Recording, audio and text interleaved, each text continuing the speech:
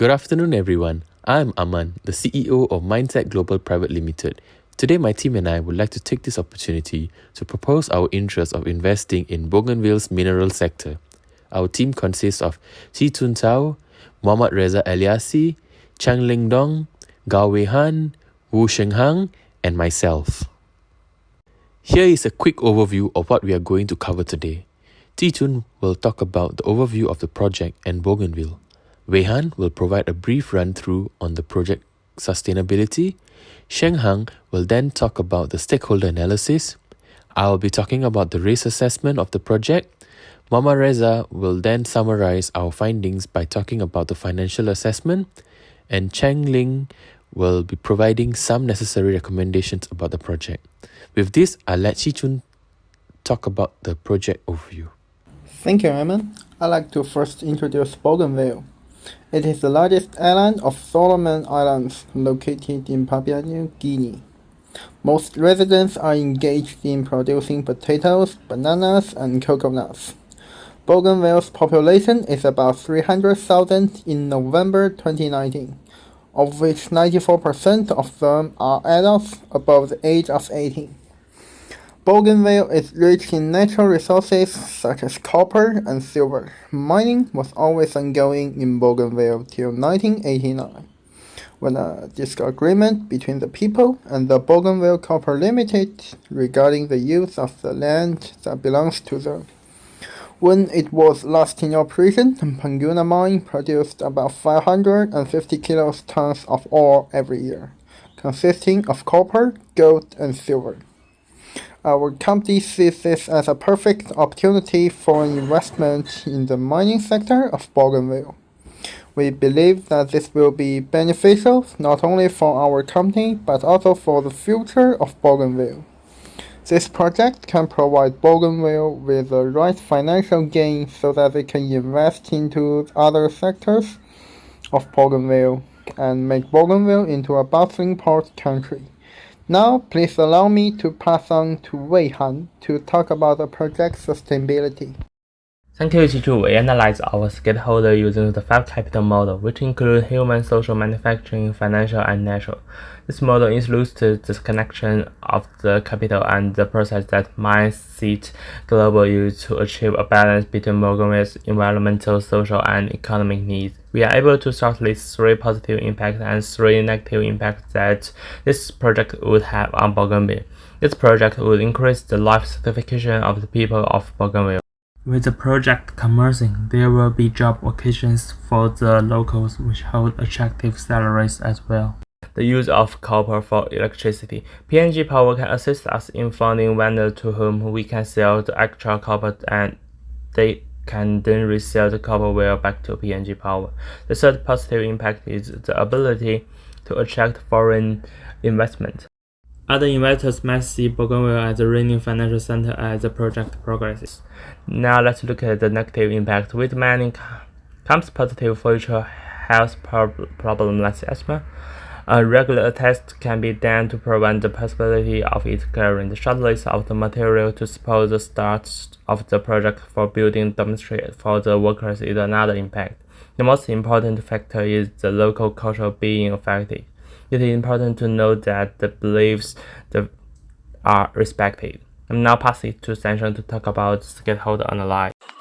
Thank you, Wei Han. We have identified 12 key categories of stakeholders based on their interest and influence. They are classified into 9 different groups shown on the stakeholder influence and interest matrix. For stakeholders in Group 1, who may have low influence and interest in the project, our company's main strategy is to monitor them.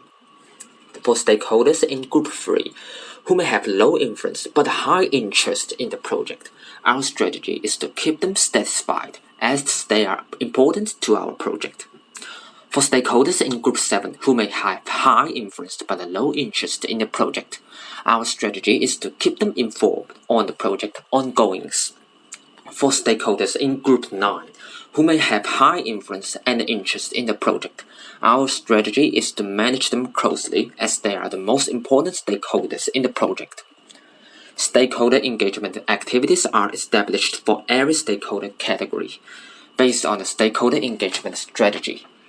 The two most prioritized stakeholders in the project are ABG and MineSite Global. The engagement technique for MineSite Global is interviews with staff with predetermined questions of public interest, and this would occur yearly. For ABG, our company will engage them with on-site meetings, emails, and annual review report submission. The meetings for financial reviews will be held every quarter. I will now pass on to Aman, who will talk about the risk assessment of the project. Thank you, Wrestler. MineSite Global knows that with every project, there are hazards that can occur and that this is the last thing that any professional corporation wants for to occur. Our team assessed the risks that with the aid of 5 tables: likelihood, threat, opportunity, risk ranking, and the upside down matrix.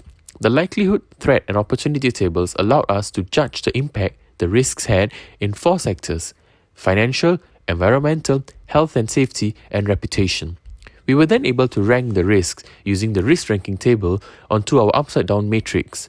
A total of 109 risks were identified across the 4 phases of the project: planning and approval, construction, operations, and closure and rehabilitation.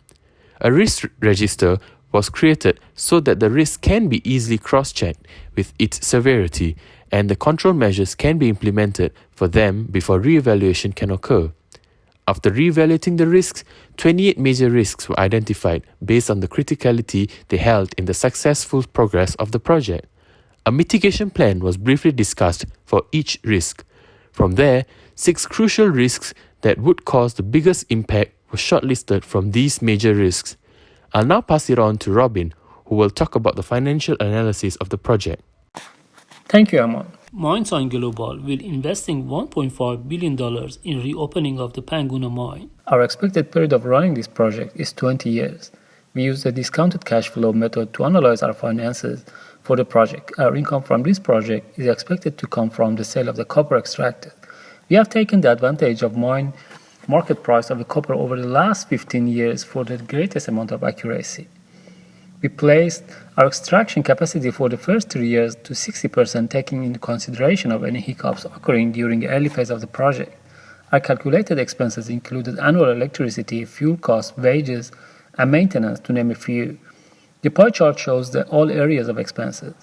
The additional benefit and losses include costs such as medical bills, accommodations, and royalties paid to the locals, which amounts to $23.3 million. The risk assessment costs were also factored in.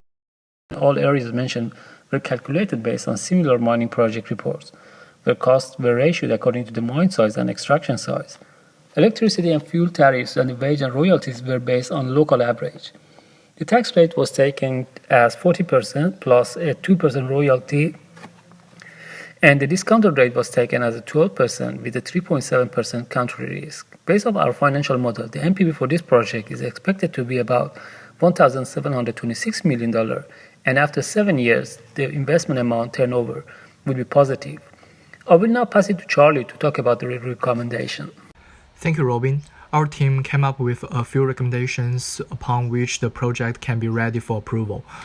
Our team feels that communication with the government and local parties is indispensable. Thus, it is important to engage with the political parties and closely monitor the regulatory action in the government.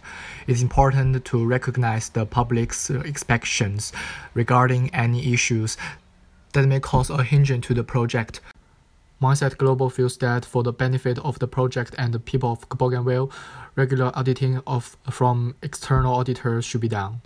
This will prevent any corruption from occurring in the ABG.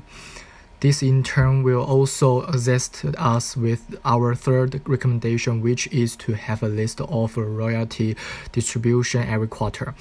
This, along with the prevention of corruption, would allow a fair distribution of the royalties that the locals are expecting. MineSite Global knows that working in mining industry can be a tedious task even for professionals, and that accidents can always occur.